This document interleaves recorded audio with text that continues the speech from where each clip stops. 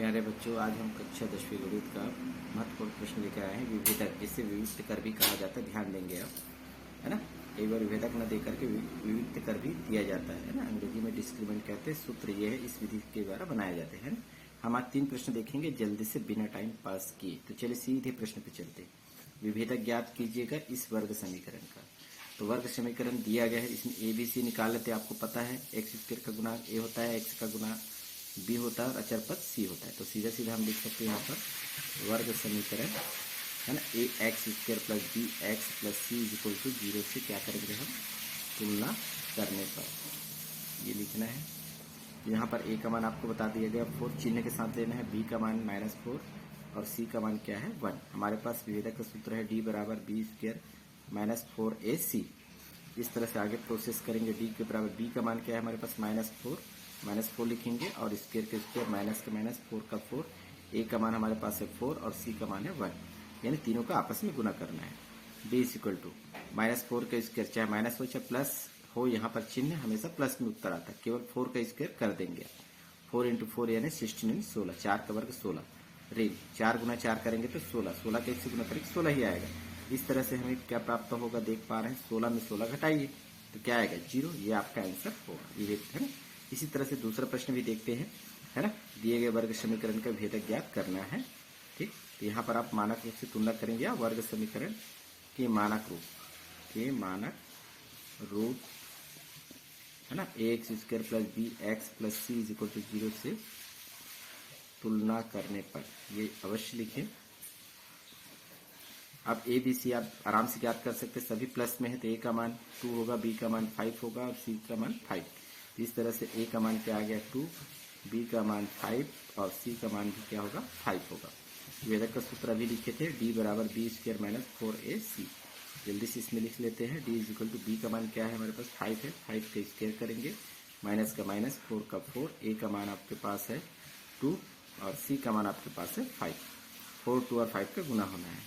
तो D is equal to 5 के square यानी 5 गुना 5 करेंगे तो 25 आएगा हिंदी में।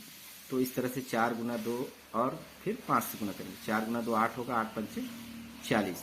25 में 40 नहीं घटा सकते, है ना। यहीं पर बच्चे गलती करते हैं, तो ध्यान देंगे। जब आप नहीं घटा सकते तो पहले चिन्ह लगा दीजिए माइनस। अब उल्टा करके घटा दें। 40 में 25 घटाएंगे तो 15, यानी ऋण 15 आपका उत्तर होगा। इस तरह से आप समझें। तीसरा प्रश्न भी महत्वपूर्ण है, देखेंगे।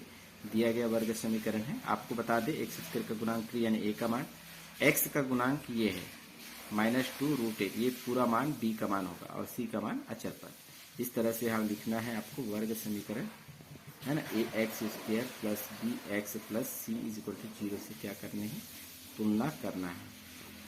तुलना करने पर तो ए का मान आपको बता दिया गया है, एक्स स्क्वायर का गुणांक ए होता है यानी 3। बी का मान क्या होगा, पूरा चिन्ह के साथ लेंगे -2√8 और सी का मान आपके पास है 2। तीनों मान हमें मिल गए। वेदक का मान लिखना है, सूत्र डी बराबर, इसलिए बी स्क्वायर -4ac। इस तरह से डी बराबर बी का मान आपके पास क्या है, ये वैल्यू है -2√8, इसका स्क्वायर आपको करना है, -4 का 4, ए का मान 3 और सी का मान है आपके पास। तीनों का आपस में गुना करना है, लेकिन इसका वर्ग करना है। तो वर्ग करने के लिए यदि समझ में नहीं आ रहा है तो एक छोटा सा यहाँ रफ कार्य हम बता देते हैं। इसका स्क्वायर -2√8 का स्क्वायर करना है। तो रफ में यहाँ पर थोड़ा सा बता दूँ, ये रफ कार्य है, साइड में कर सकते हैं। माइनस का वर्ग तो प्लस ही होता है, तो आपको पता है 2√8 को कितने बार लिखना है, गुना के रूप में 2 बार। 2√8 गुना 2√8 ऐसा। तो 2 का 2 से गुना हो सकता है ना। क्या राशि है, 2 गुना 2 कितना होगा 4।